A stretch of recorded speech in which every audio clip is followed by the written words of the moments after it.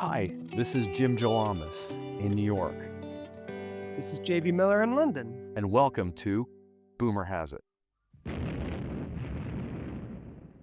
So, what are we talking about today, Jim? Well, we're thinking about what a folk hero means in 2026, and we think it's something that's horrible or maybe involves horror or at least murder. And that's why I chose a location for today to be Ooh, Twisted Spine.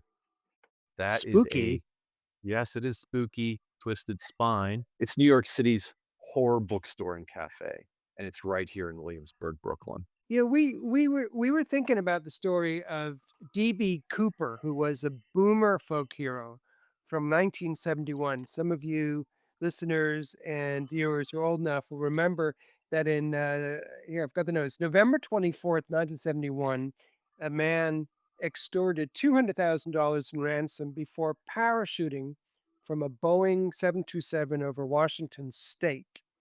So he essentially hijacked a plane and threatened he would blow it up or something if he wasn't given $200,000. He got the money when the plane landed and they got the passengers off the plane.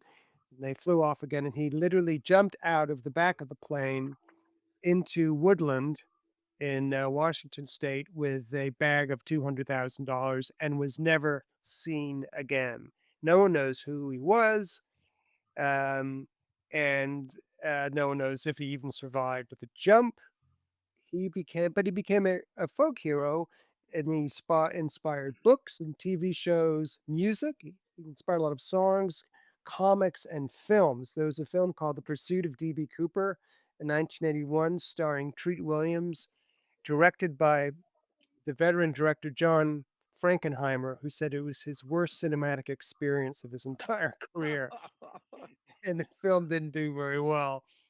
But the folk the story lives on, and I was thinking about it compared to this story recently. Was it a couple years ago when, Luigi Mangione, was that his name?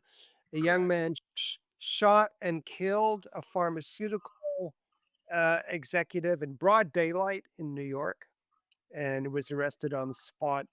But he became an unlikely folk hero to a lot of people on the left, maybe on the right, but I think mostly on the left.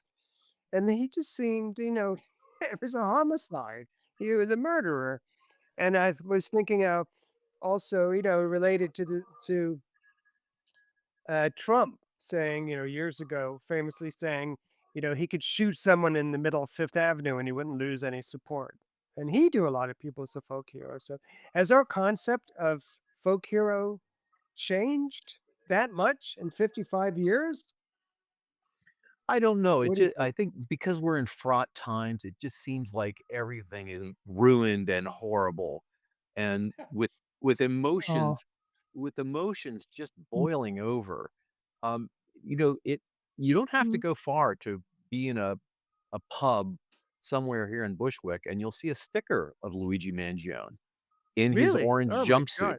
Is that right? It's there's no text, it's just him. It's almost And like, people recognize him. So they assume people would know who that is. So it's a political message of some kind, a political emblem or statement, do you think?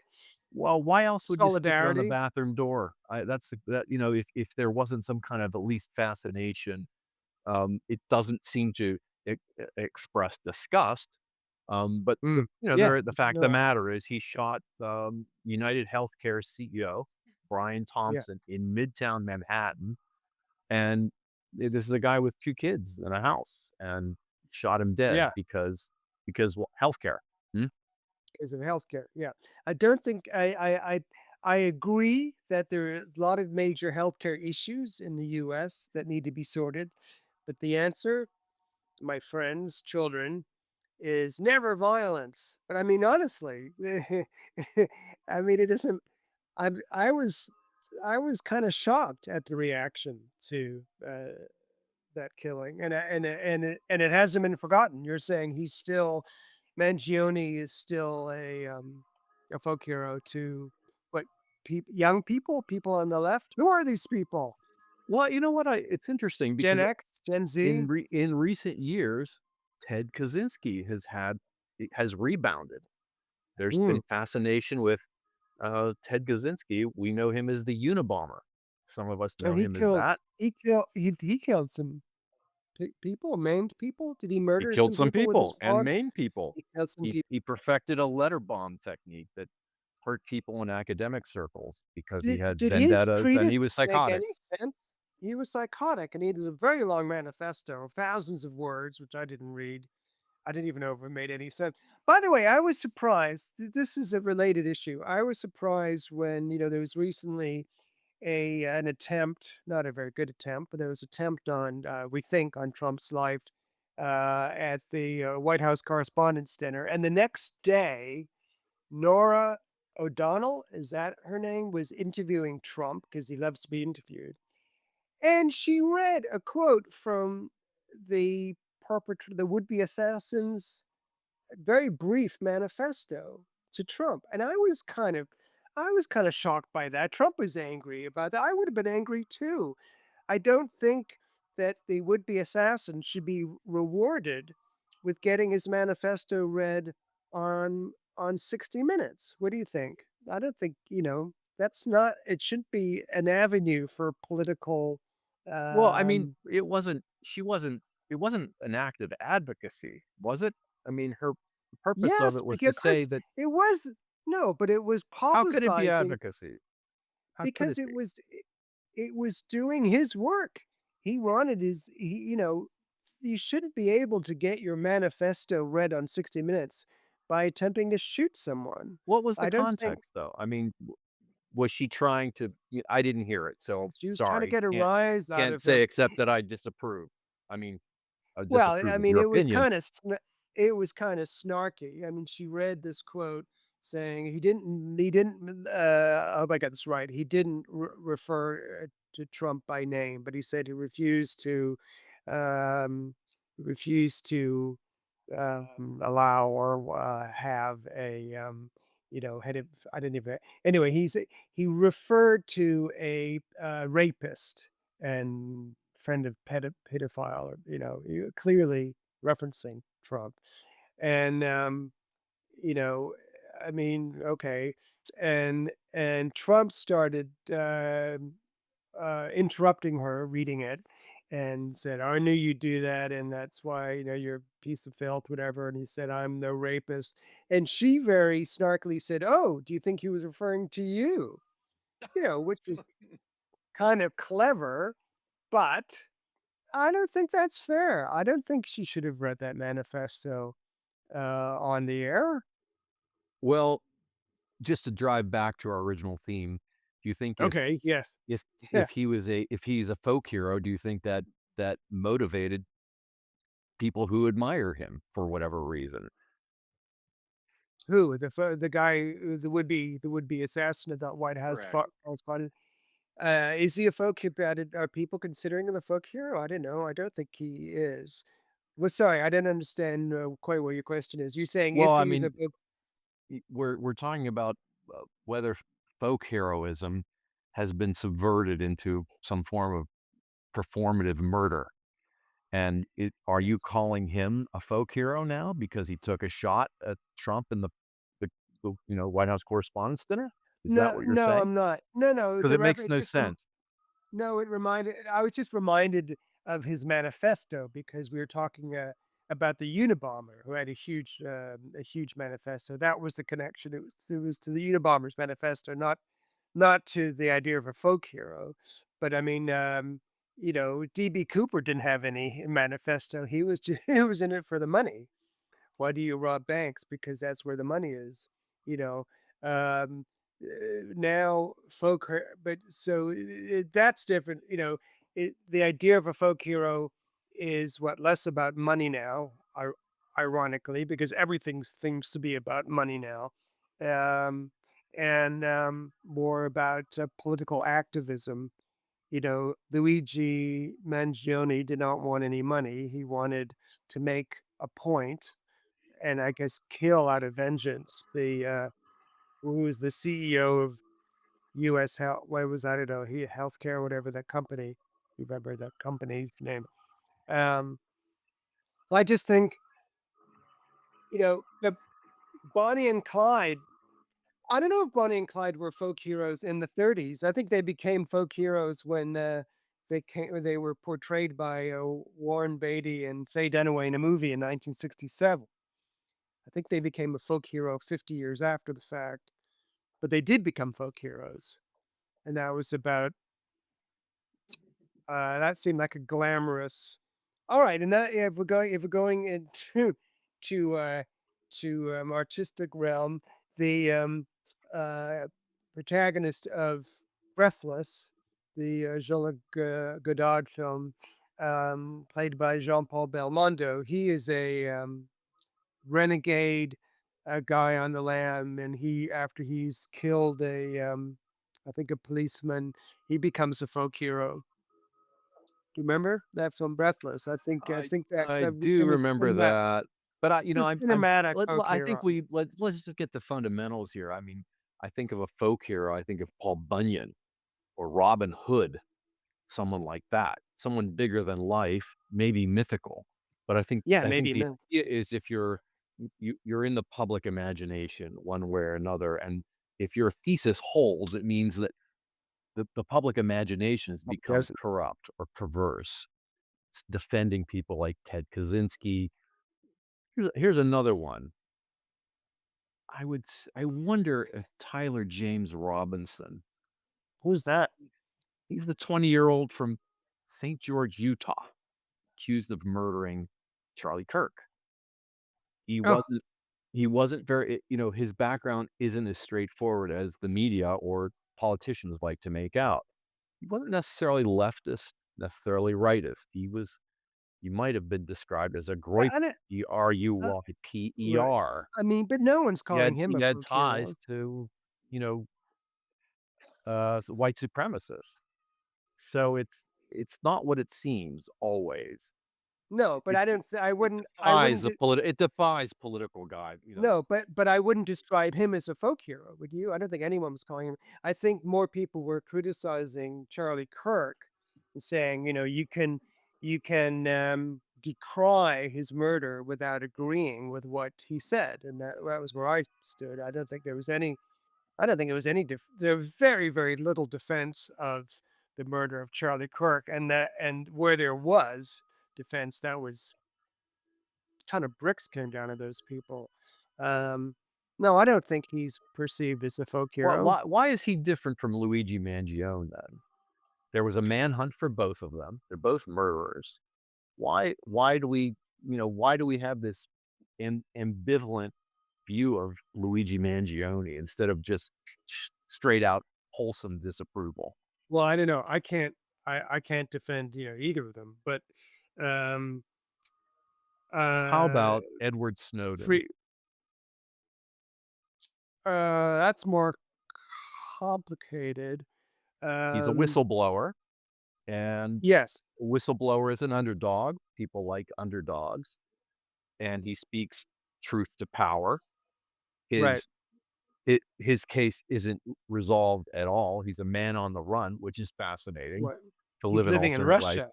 living in I Russia. think yeah. I Uh, don't have much sympathy for him, but I don't no, I he's don't have kind of much a sympathy truth for him. teller or an anti-hero in a way, but he certainly captured the public imagination. If we go back a few years earlier, there's in the same vein, Julian Assange, who we don't like at all. But again, he captured the public imagination, Yeah, holding truth Trump to got power. elected. That's one of the reasons I don't like him. I mean, he hated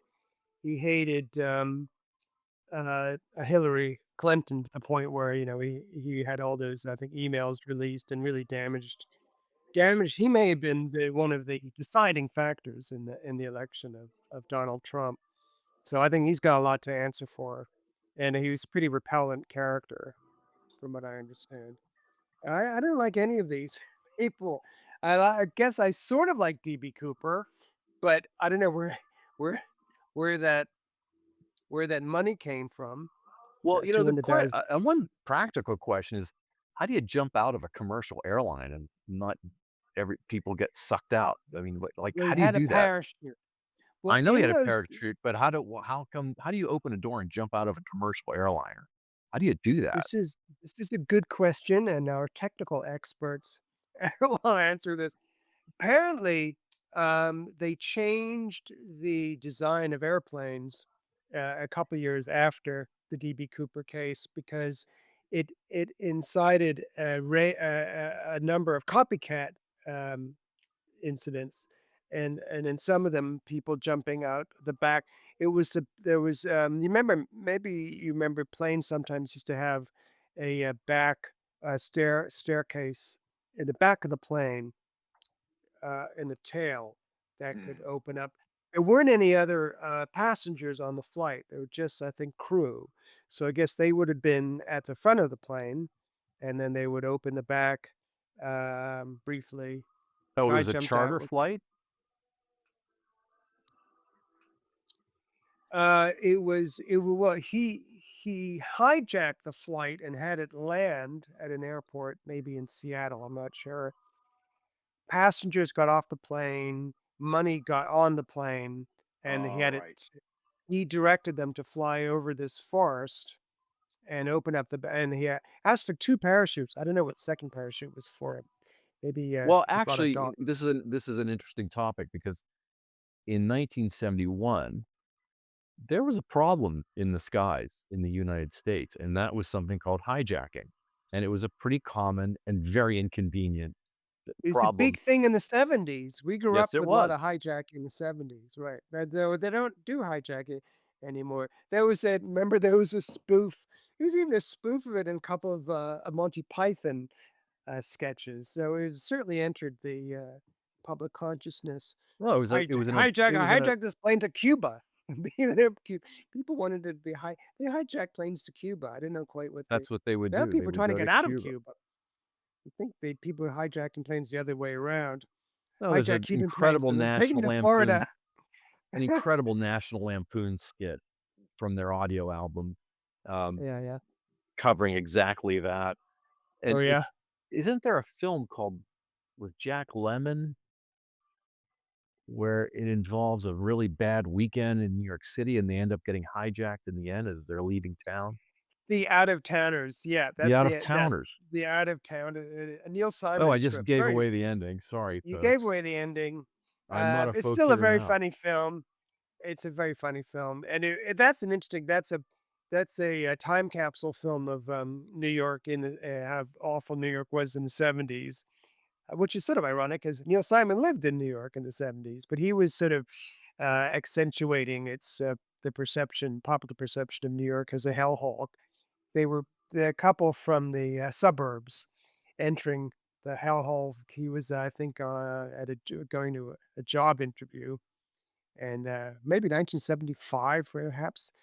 Who was his Sandy Dennis co-star in that one? Sandy Dennis. Sandy Dennis, who played Honey in the film of Who's Afraid of Virginia Woolf, and, she's, very funny. It's a very funny film, to which she gave away the ending, yes, but that won't ruin it for people, they'll just I think our hope not. folk hero definition is turning into folk villain.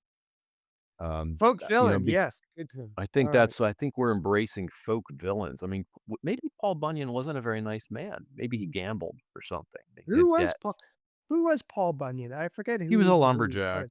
He was a giant lumberjack. He he was, 100 How feet giant tall or was he? something, cut down a lot of Yeah, trees. yes, I Oh, thought there was a statue of him in anti-environmentalist. Fargo, He's an anti-environmentalist. Um, destroying trees, okay. well, because you know who else comes to mind is Elon Musk as a symbol once, not now, Once, yeah, he was once, of okay. entrepreneurial spirit. Mm, I think he was highly fascinating to a lot of people, yes. and, gave it all away, frittered it away his with Doge, and thank God for a lot of protesters drove him back to As he his, got headquarters. richer, he got more repellent. I mean, his repellent nature increased with his fortune, it seemed to me. He got more compromised politically. He's a truly powerful and odious person, if I can put it that way. I have to agree. So do So we where do we have folk stand? heroes? Yeah, Where do we stand? where do we have any who are our folk heroes? Do we have any folk heroes? There must be some. You Uh, mean nice folk heroes? Nice ones? yeah, yes. Wasn't there, this may be going back 20 years, wasn't there someone who saved his factory in like Vermont or something and you know, had all of his instead of firing his employees, he gave them all a part of the company or something. I mean, he You're started out thinking as of rich.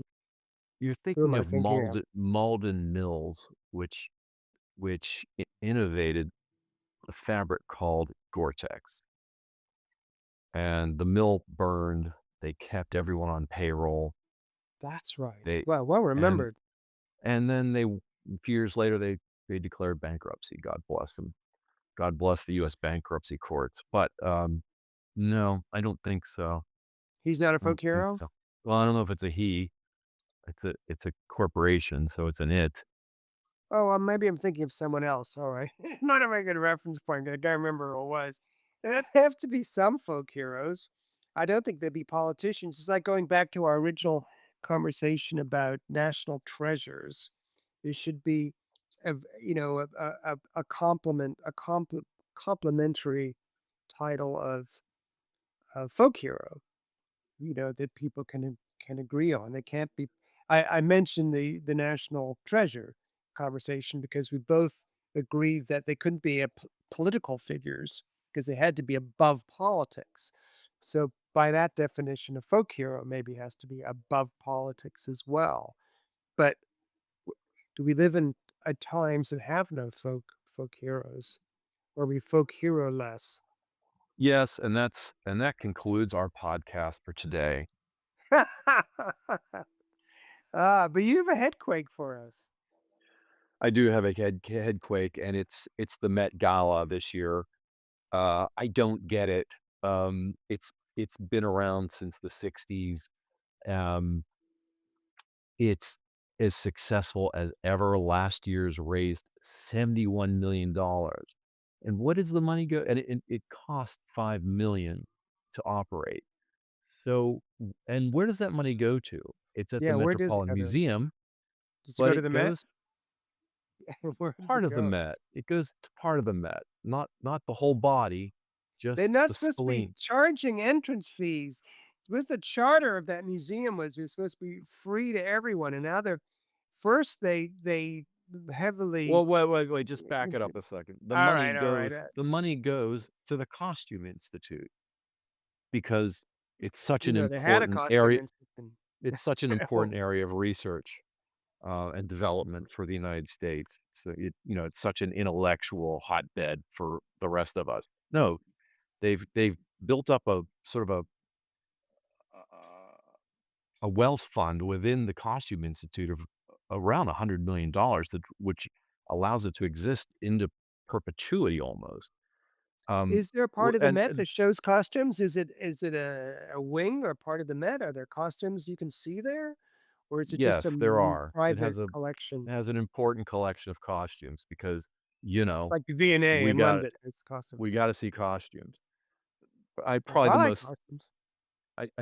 I think how maybe the Met Gala has jumped the shark this year, though. I mean, you'll recall in years past, they featured guests like Alexandria Ocasio-Cortez, who famously wore a glamorous-looking frock that said, "Eat the rich." And, Woo! but this year, the honorary chair people are, um, Lauren Sanchez and her husband, Jeff Bezos. Jeff Now, if Bezos. anything jumped the shark, that's it. So that's my Mm. head quake for the week. I'm going to Well, I have boycott. I will not attend this year. Oh, speaking of not attending, often mayors do attend. Sometimes they don't, but they don't often make press releases about not attending, and that's what our mayor this year did. that's a bit Eh, performative, perhaps, but Here's that can word. I yes, So there's just that so you word. know, I'm not attending the Met Gala this year. If you'd like to know, But I'm but not. but seriously, you've mostly gotten off, Amazon too. You are putting your money where your mouth is because you've been you've been disconnecting yourself from Amazon. Isn't that right? You want to I share am. with our listeners I'm and viewers? disconnecting from Amazon, and it has an interesting effect on your life. In fact, Okay. the New Does it make it Yorker more has an difficult? the New Yorker has an interesting article this week, and it's about how we're seeking inefficiency because every single app, computer program, software offer that comes into our lives is to make our lives more efficient. And what it means is we end up in our bedrooms in front of a glowing screen, logging in, registering, trying free trials, and not getting out of the house. And I have to tell you, the Amazon and Whole Foods um, retreating from it has an effect. It's sort of I forgot where I used to buy things, and Yeah. it's so pleasant and Okay. refreshing to take a walk down the street and go shopping, which I don't really normally like to do. Uh, No, I and like I shopping. and I might have stayed on in, the Amazon network of Whole Foods and, online retail if it weren't Yeah. for Bezos really capitulating in such a Yeah. cowardly Yes. way to the Such administration a because it wasn't blatantly. Yeah. it was a very innovative company, and Yeah. it could delight He's you. not he treats his workers so badly. Not only listen, Jim, not only do I salute what, you're doing, but you are my folk hero for disengaging yourself from Amazon, something I haven't quite achieved yet. But I admire you for doing that, and who's that guy you mentioned who's on the, that figure who is, um, publicizing getting off Amazon. Isn't there some, New Scott York. Galloway. Yeah, There we go, Scott Scott Galloway and Galloway. company. Yep. Yeah, alright, a shout out to him, to Scott Galloway, and a shout You out have a to you head too. quake? Well, I'm rereading, um, well, sort of. I've started rereading Evelyn Waugh's first novel, Decline and Fall, and I'm actually reading a first US edition of the book that I bought at the Housing Works Bookstore Cafe for $1 maybe 20 years ago. It's kind of falling apart, but I enjoy reading it as a first edition.